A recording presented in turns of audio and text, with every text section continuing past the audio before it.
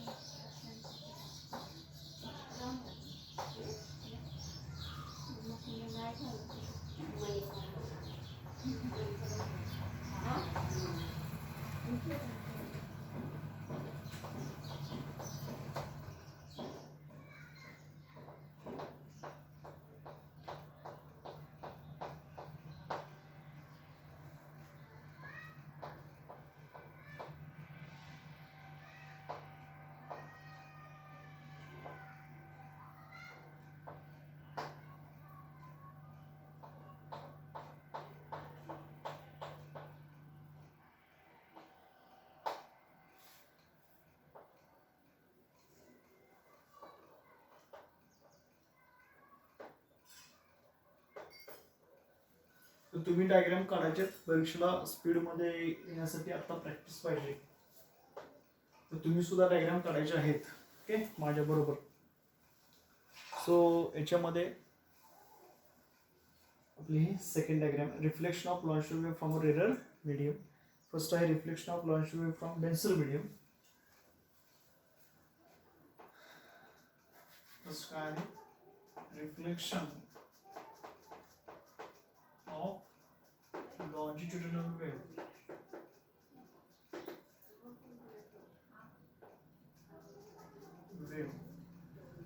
from a denser medium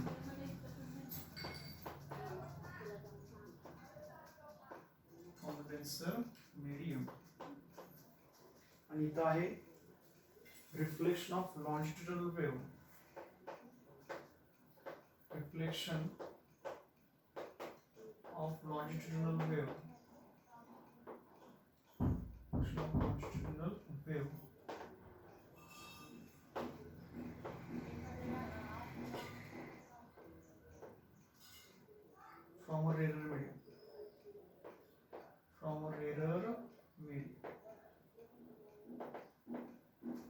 आता हा launcher wave from denser मीडियमपासून आणि हा लॉन्चर वेव्ह फ्रॉम रेरेड मीडियमपासून झालेलं जे रिफ्लेक्शन आहे ते आपल्या इथं दाखवलेलं आहे. सो काय आहे बघा, रिफ्लेक्शन ऑफ लॉन्जिट्युडनल वेव्ह.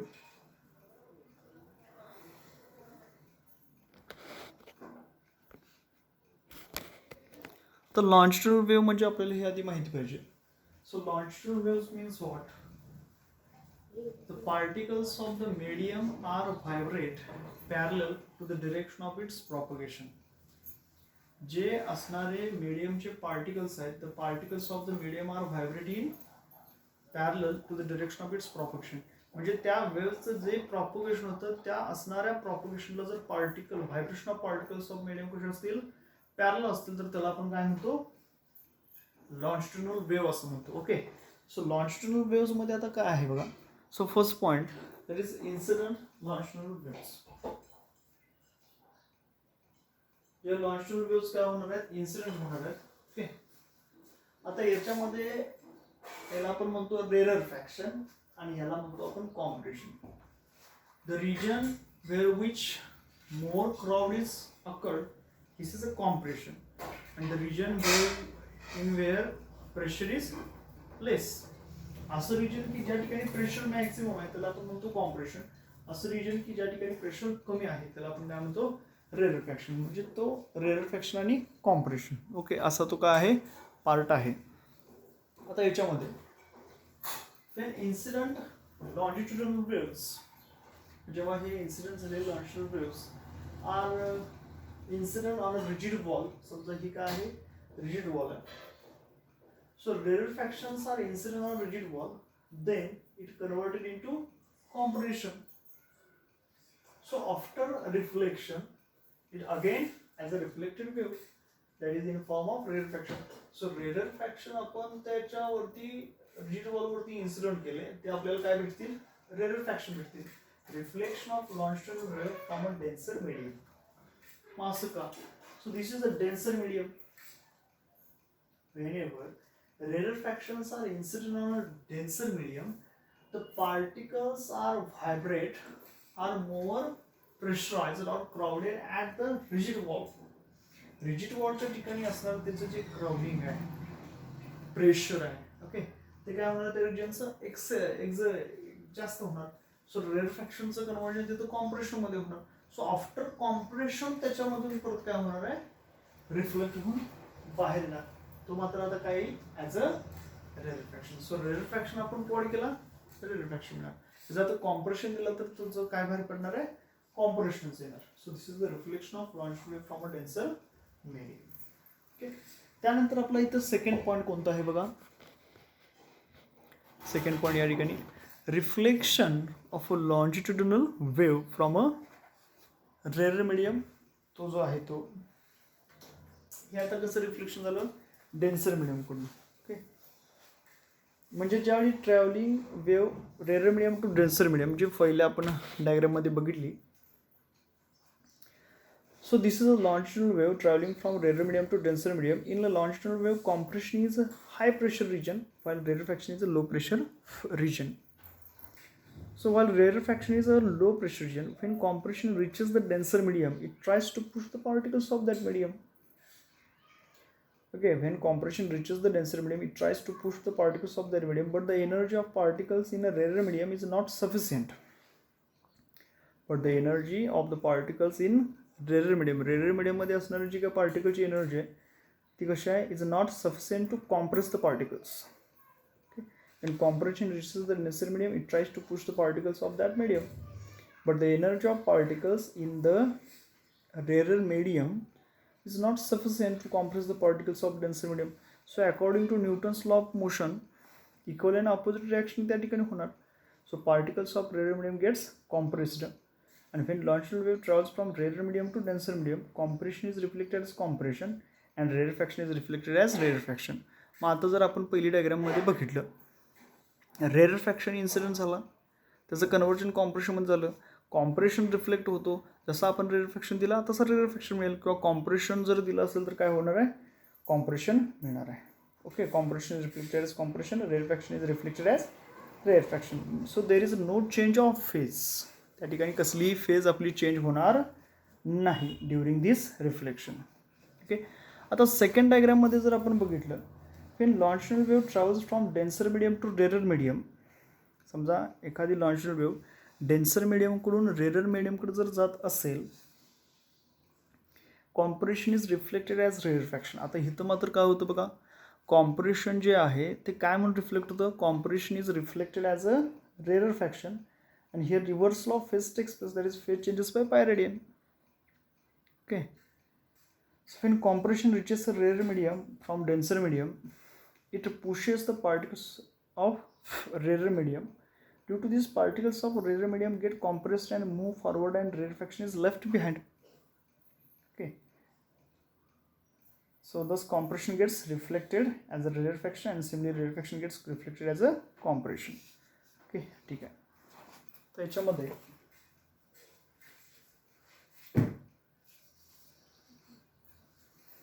काय आहे, reflection of longitudinal wave from rarer medium.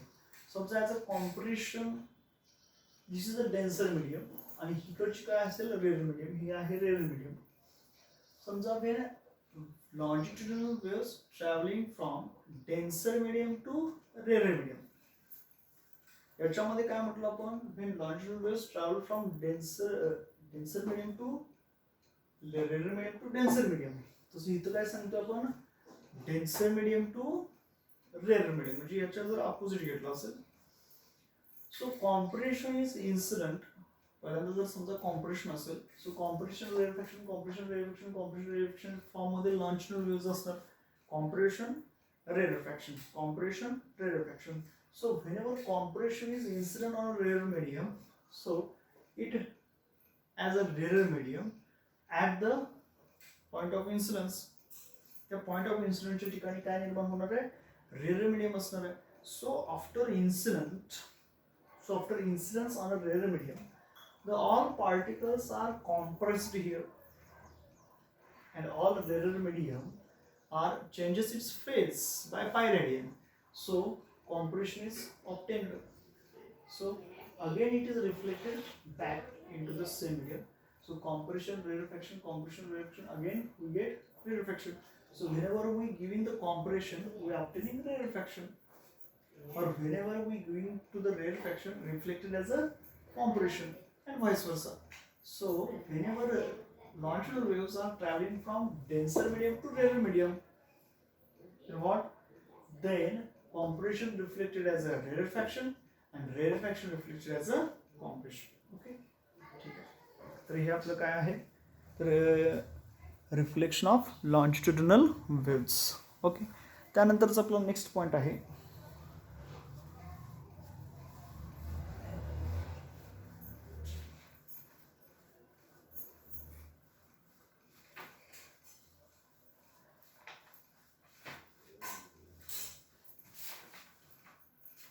त्यानंतरचा आपला नेक्स्ट पॉईंट आहे सुपरपोजिशन ऑफ वेव्हज.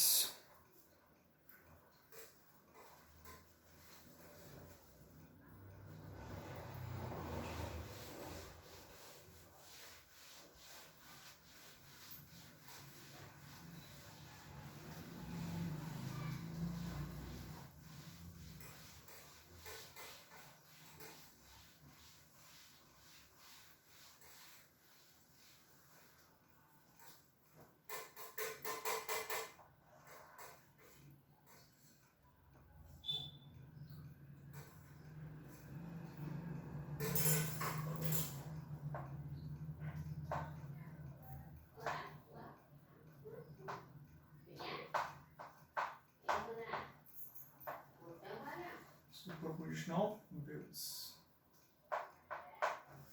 आता काय आहे सुपरपोजिशन ऑफ वेव्हज? ओके, बघा त्याच्या आधी आपण काय करू, स्टेटमेंट लिहू, त्यानंतर त्याच्यामध्ये बघू.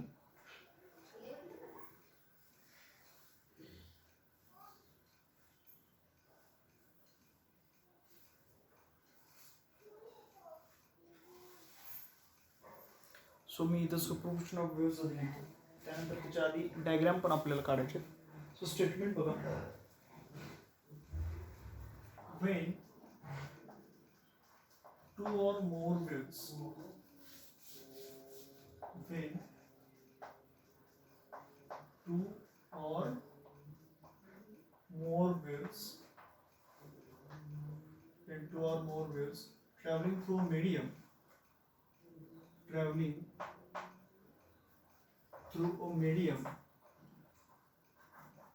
when two or more waves समजा जेव्हा दोनपेक्षा जास्त वेव्स असतील when two or more waves एकच minute when two or more waves traveling through a medium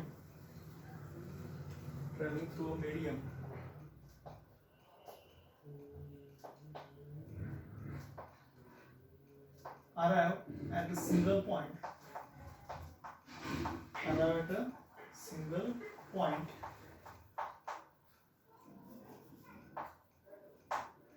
काय म्हणतो बघा when two or more waves traveling through a medium arrive at a single point then each wave produces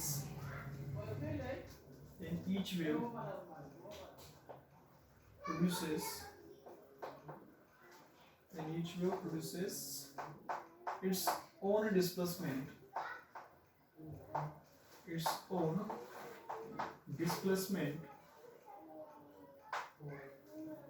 at that point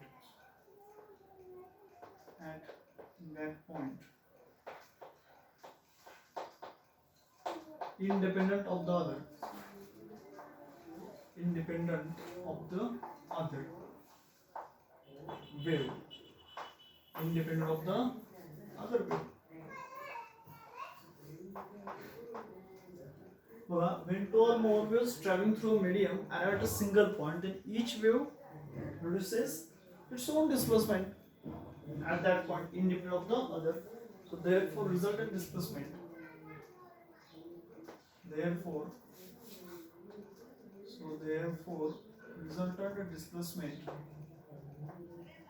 resultant displacement at that point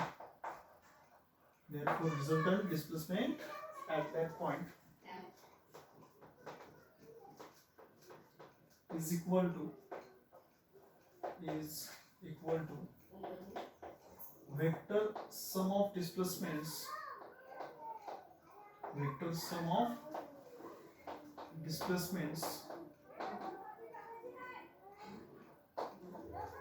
सम म्हणजे काय म्हणतो आपण बेरीज vector sum of displacements due to all the waves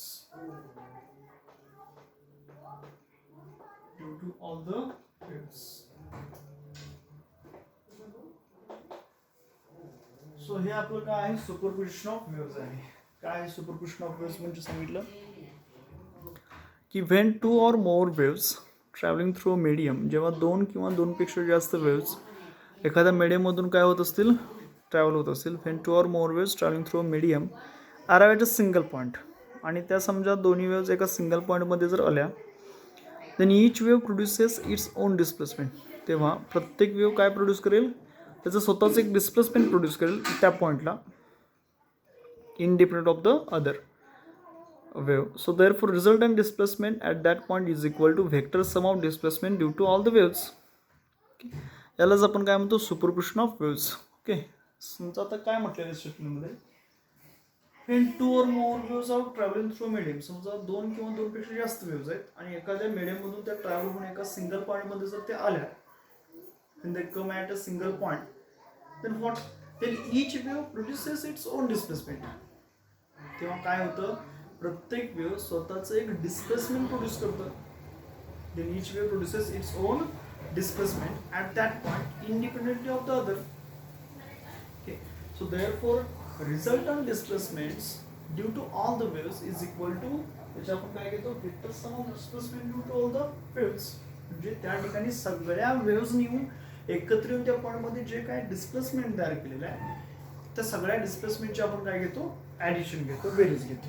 okay तर यालाच आपण काय म्हणतोय सुपरपोजिशन ऑफ वेव्स. सो आता सुपरपोजिशन ऑफ वेव्स मध्ये here we consider superposition of two wave pulses into different waves. तर त्याची आपल्याला हे बघा या ठिकाणी मी तुम्हाला असं दाखवलं तरी चालेल का बघा फळ्यावरती डायग्राम काढत बसलो तर खूप टाइम जाणार आहे. मी तुम्हाला जनरली असं सांगू शकतोय हे बघा तुम्हाला दिसत असेल. एकच मिनिट हां. आता तुम्हाला मी सुपरपोजिशन ऑफ वेव्हचं काय सांगितलं, स्टेटमेंट सांगितलं. सो आता ह्याच्यामध्ये काय आहे, एक मिनिट हां.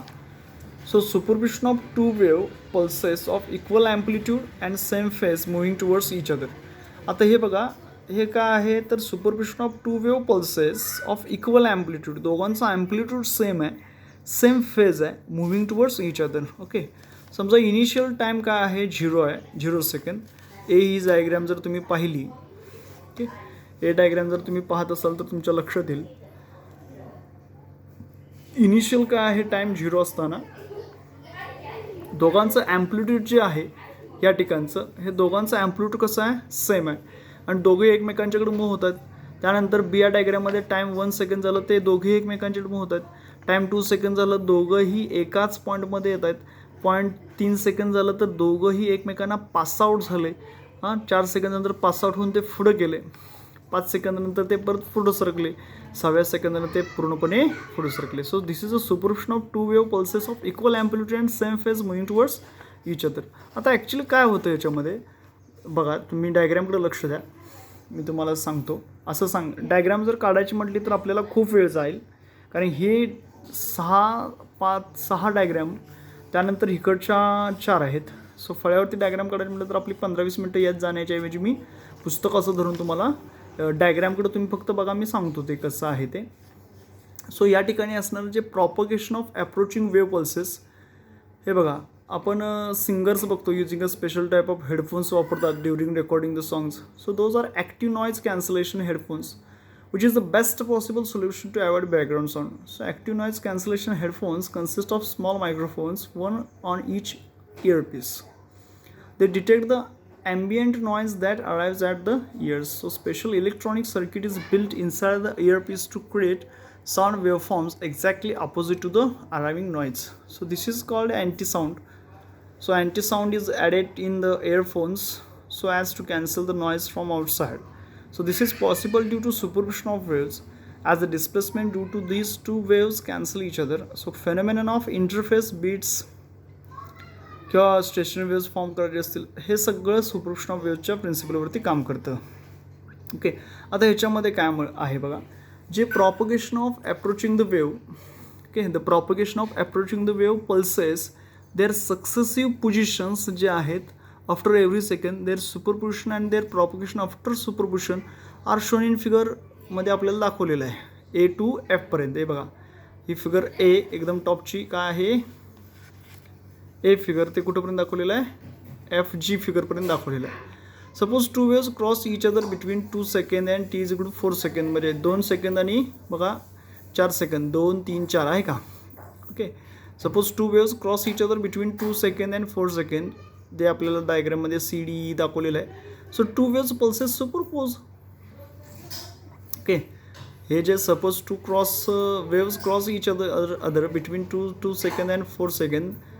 So here two wave pulses superpose, the resultant displacement is equal to the sum of displacements full line due to individual wave pulses dashed lines. So this is constructive interference. So displacement due to wave pulses after crossing at 5 second किंवा 6 सेकंडमध्ये जे दाखवलेलं आहे ते crossing होऊन गेल्यानंतर, बरोबर आहे का. Okay. After crossing each other both the wave pulses continue to maintain their individual shapes. Okay. So आपल्याला आता याच्यामध्ये सिम्पल सांगितलं, तुम्हाला याच्या काय अडचण असेल तर मला पटकन विचारा, व्हॉट्सअप करून तुम्ही विचारू शकता. सो नेक्स्ट आता पुढची डायग्राम बघा, काय आहे, superposition of two wave pulses of equal amplitude and opposite phases. काय म्हटलं आहे, superposition of two wave pulses of equal amplitude and opposite phases. आता बघा, टाईम 0 असताना हे क्रेस्ट आहे, तर इकडून आलेला हा कोणता आहे, ट्रफ आहे, मात्र दोघांचा ॲम्प्लिट्यूड सेम आहे. ओके. टाईम 1 सेकंड झालं, एकदम जवळ आले. त्यानंतर टाईम 2 सेकंड झाले, एक्झॅक्ट एकमेकांच्यावरती ओव्हरलॅप झाले. 3 सेकंड झाले, ती पुढं गेली, इकडची क्रेस्ट पण पुढं गेला, ट्रफ पुढं गेले. आणि 4 सेकंड नंतर बघा त्यांच्या मेन याच्यामध्ये पोझिशनमध्ये आहे अशा आहेत. सो ह्या काय झाल्या, त्याच्या डायग्राम झाल्या. आता काय आहे या डायग्रामनुसार, the propagation of approaching wave pulses their successive positions after every second. The propagation of approaching wave pulses there is successive positions after every second. There is superposition and propagation after superposition are shown in figure. These waves pulses superimpose at t is equal to 2 seconds. So resultant displacement is 0. So due to individual displacement, जसं की बघा इथे काय दाखवलेलं आहे आपल्याला, dashed line दाखवलेलं आहे. ओके, काय म्हटलं बघा, the propagation of approaching wave pulses, their successive positions after every second, their superposition and propagation after superposition हे दाखवलेलं आहे. These wave pulses superimpose at t is equal to 2 seconds and resultant displacement is 0. So due to individual displacement differing in phase exactly by 180 degree, त्यामुळे त्याच्यामध्ये फरक कितीचा आहे, 180 अंशाचा. So this is destructive interference.